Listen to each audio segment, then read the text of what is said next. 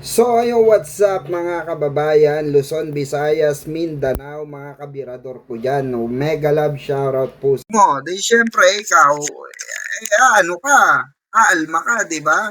Oh, aba, iba na yan. Hindi na vlog yan, hindi na kung ano pang ano yan, di ba?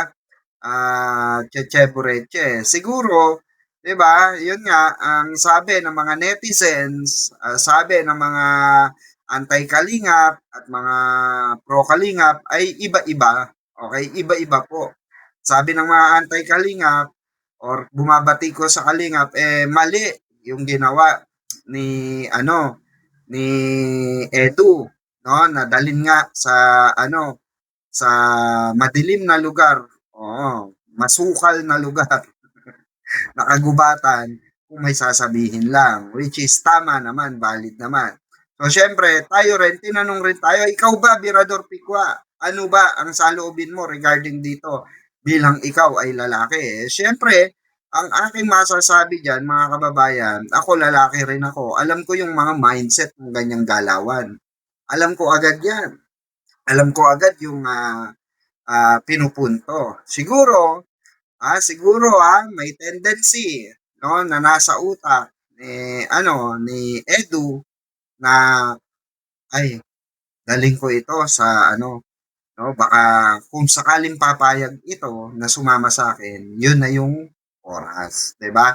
Yun na yung sign. Oo. Kasi nga pagka sumama si Beyonce sa ganun, ibig sabihin payag siya, 'di ba? Ganun kasimple 'yon. Pero ang hindi alam ni Edu, walang mali siya pala kay Beyonce.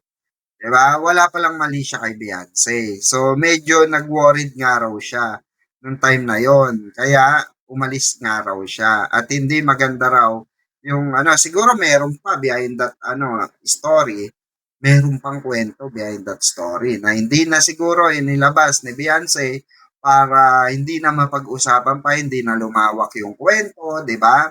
Oh. Kaya itong na ito, itong kwento na ito ay 'di ba, sasalin-salin na. At meron ngang mga speculation na baka di umano ay may nangyari or merong gimbal-gimbal na ginawa itong si well, hindi natin maaalis sa isipan ng tao 'yan, 'di ba? Hindi natin maalis lalo na merong statement ang babae na gano'n in live television. In live television po. Oh. So ngayon, ang request nga ni Beyonce mai-take down na lamang itong na ito, 'di ba? Itong video na ito. Oh, itong mga ganitong klase ng mga content sa kanya at yung mga dating content pa, 'di ba?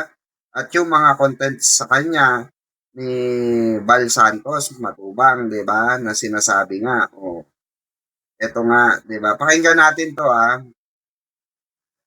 Hmm.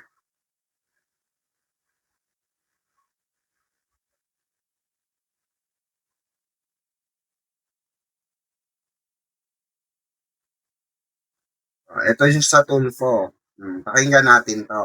Hmm. Wait lang, ah. Hmm. Yan. Oh. Si Mr. Venerando Batelero. Kaya nirereklamo po niya yung isang vlogger dahil po sa paninira dito sa kanyang pamilya sa social media at gusto na din daw po niyang kumalas sa mga content nito. Pero attorney, Ayun na, paninira. siyang bitawan. Nag-ama po Yung pala paninira, isa rin sa concern ni Beyonce at ng pamilya niya, yung paninira nga sa pamilya nila. So, well, natural naman yan. Natural yan na masira. Ang natural yan na babuying ka after ka mapakinabangan. After nyo magpakinabangan sa isa't isa. Kasi, bigyan din natin ng, karapatan yung, 'di ba, sa side ni Bal Matubang na napakinabangan rin naman talaga ang kalingap ng pamilya ni Beyonce dahil nga natulungan siya naipicture siya doon sa mga vlog. Well, at the same time, napakinabangan din naman ng kalingap itong si Beyonce, 'di ba? Especially ni Kalingap Rab. So, ang pinupunto nga lang daw ni eto, base sa sinasabi ni Beyonce ay yung ano, pambabastos sa kanila, paninira at ano nga, iba't ibang klase ng sinasabi. So, pakinggan natin. Attorney. Mm. Magandang hapon po, Ma'am Biancy and Sir Venerando po. Okay, so magandang hapon po ma'am. Base po sa ating information sheet, kayo po ay isang content creator, vlogger, or Hindi po, whatever po. ano po, beneficiary po ako. Isa po akong, beneficiary po na, Ano po ang vlogger po. ano po ang difference nun ma'am? Kasi ako po, kahit Ako po yung, nag-live ako, hindi ko. sila po yung nag-content po sa amin, ako po yung tinutulungan nila. Okay, so parang today, kami ang may-ari ng channel, kayo po ang aming tinutulungan. Opo. Ganun din po. Opo. So hindi niyo po ito channel. Hindi po. Okay. Hindi niyo to channel, voluntarily, tinulungan nila kayo. Opo. Walang kontrata, Wala walang ano. Parang dito po, no? Voluntary kayo pumunta. In the same Sila way, po ang pumunta po sa amin, okay. sa bahay po. Baliktad ang setup, no? Opo. Kung magpapatulong ka sa kanila, sila ang mamimili. Opo, sila po ang naghahanap ng tutulungan. Okay. Sila po. At may offer, tutulungan ka namin. Apo. Ito. Ano po ang kapalit? Use of your image lang. Opo. Okay. At kayo po ay nag-feature sa ilang mga episodes kaya? 97 na po ata. 97 or 98 po. Grabe, no? Dami na pala, no? Episodes. Out of ilang episodes? Out of ilang episodes po? Ang dami naman po, 97. Opo. Ano po kasi, may love team po kami. Mm, Nauna tama. po tulong lang po, tapos na nilove team po ako. May love team, di ba? Patalero? May love team nga kasi mga kababayan. O, yun nga yung ano rito, mahirap dito, yung mga ganyang klase ng ano di ba, ng mga content. Oo, lalo na pagka ayaw na, mahirap lumabas, di ba? Sa totoo lang, mahirap lumabas. O, lalo na itong ano na ito, 'di ba? Itong ganitong klase ng issue. Ilang beses na ba na issue ang kalingap sa mga ganitong klase? Tulad kay Erica, nagkaroon din sila ng issue. Basta sa ano, 'di ba, sa Rochelle, 'di ba? Nagkaroon din sila ng ano, kay Rachel, 'di ba? Meron din silang issue, nagkaroon din sila ng issue, pero hindi naman ganong kaingay. O, kay Medit, nagkaroon din sila ng ganitong issue, 'di ba? O, marami, tapos ngayon kay Beyonce. So, hindi na bago itong ganitong issue. Ito nga yung lagi natin sinasabi way back before nung nagre-reaction tayo. Dapat talaga, no, bago tayo pumasok sa mga ganitong klase ng content or ikaw man ay maging beneficiaries, dapat inaaral mo muna or dapat sinasabi mo na from the very start. Kasi hindi mawawala talaga yung sisiraan ka after all. Sisiraan ka, no, na pakinabangan ka na, 'di ba? Presyo na tulungan ka, na ano ka.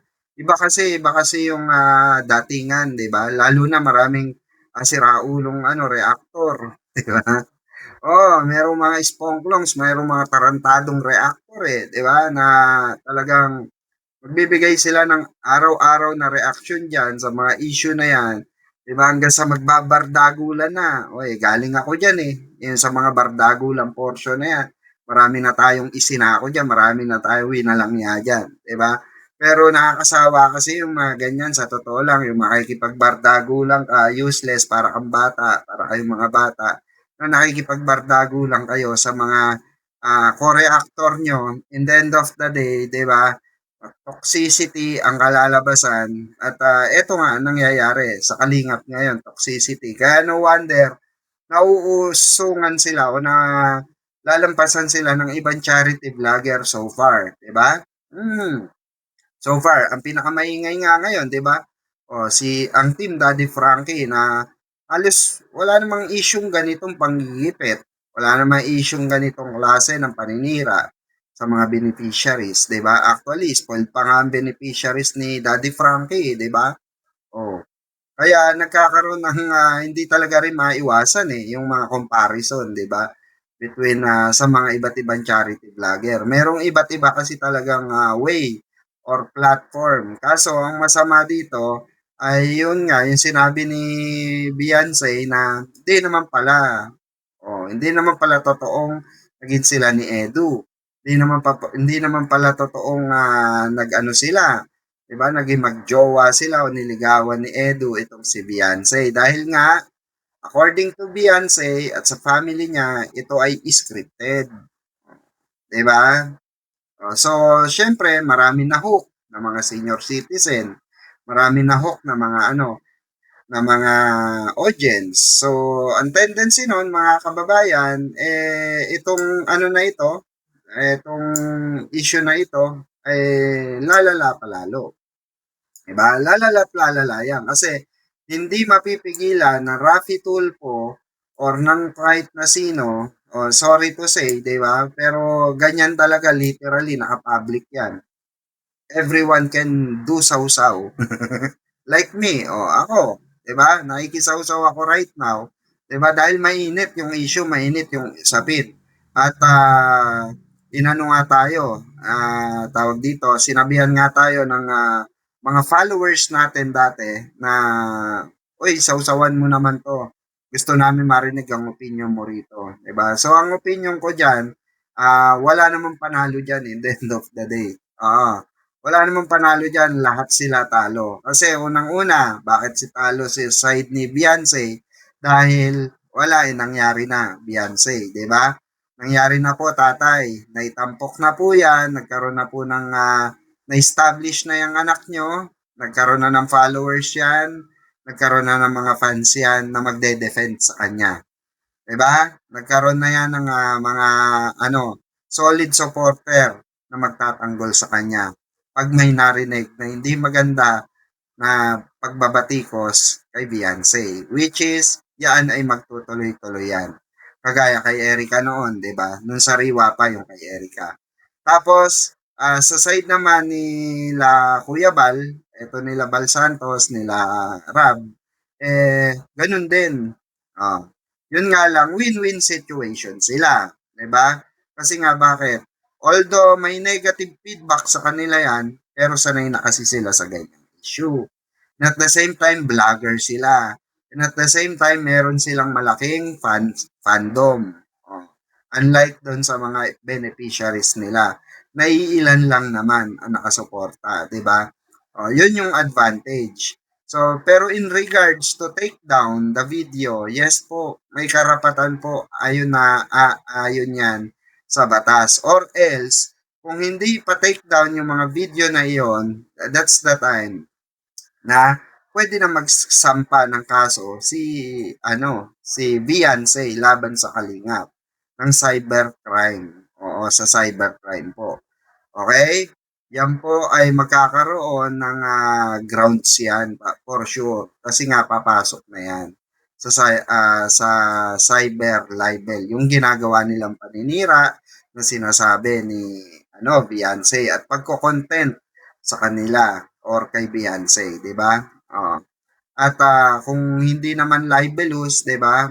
At gusto lang ipa-take down talaga ni Beyonce, well, nasa kalingap na 'yan. Pero for sure 'yan, ako sa pagkakaalam ko at ranas ko na, hindi ita-take down ni ano 'yan, ni Bal Santos o ni Kalingap Rab, 'di ba? Hindi ita-take down 'yan at kasi nga ang katwiran nila, beneficiaries nila 'yan, 'di ba? Katwiran nila syempre pagkakakitaan pa 'yan 'di ba? Issue 'yan At 'yan ang pabor sa aming mga vlogger. Oo, 'yan sila Bal Santos, kagaya rin namin mga vlogger 'yan na 'pag may issue, okay, masarap. Oo, masarap sa pakiramdam kasi alam nyo naman 'pag may issue, may chismosa. 'Di ba? Aminin niyo, kayong mga manonood diyan, 'di ba? Totoo naman, may chismis, may chismisan, 'di ba? Ayan rin ang gusto namin actually ni Ballpoint Man, ng kabirador ko. Gusto namin may mga isyung ganyan, no? Pero ang tagal ko na rin kasing hindi nagre-react sa mga ganito magmula nung ako'y nagbalik politika. 'Di ba? Nagla-live ako sa mga politics. So, eto mga kababayan, para sa akin, win-win situation ito sa Kalingap. Kasi, the more na nagsasalita si Beyonce, mas may dahilan para mag-content itong mga taong ito. Ang mabisang dyan, pamaraan talaga dyan, kung hindi titigil itong mga nantutuligsa sa kanya or nagko-content sa kanya, nagsasabi ng kabalasubasan, especially sa pamilya niya, ng mga content creator or mga ano ni Kalingap Rab or ng Kalingap, 'di ba? Mag-file siya ng cyber libel, 'di ba? Oo, kung mga libelous na ano, 'yun lang talaga yung may kung ako kay Beyonce, nandun na rin lang siya sa Rapi Tulfo at si Senator Rapi talagang tumutulong 'yan. Babakbakan at babakbakan ka niyan, hindi ka titigilan niyan, 'di ba? Ang Pogo nga, 'di ba? Natandaan niyo Pogo nga hindi pinalampas eh. At yung mga ibang maliliit na kaso, ito pa kaya. Lalo na, ito ay usapin ng dignidad ng pagkababae ng isang bata. Oh. So, ito, itong mga bagay na to mga kababayan, ay mahaba-habang kwentuhan ito. Mahaba-habang issue ito na dapat nyong abangan at dapat nyo pang tangkilikin. At marami pa maglalabasan dyan for sure. Oo, yung mga ganitong issue. Marami pa maglalabasan dyan. At kaya kung meron pa kayong gusto mga ipa-content, mga screenshot, let me know. Comment down below. Oo. Kung sinong gusto nyong reaction na natin, wala namang problema dyan. At magre-react tayo at magbibigay tayo ng opinion regarding dyan. No? Yun nga, no, pagdating sa mga ganyang bagay, ang talo talaga dyan para sa akin, si Beyonce. Kasi, si Beyonce at ang pamilya niya ay hindi vlogger. 'Di ba? Unlike sa mga matubang family, ito ay mga vlogger at may mga reactors sila, reactionist sila na may tendency bumati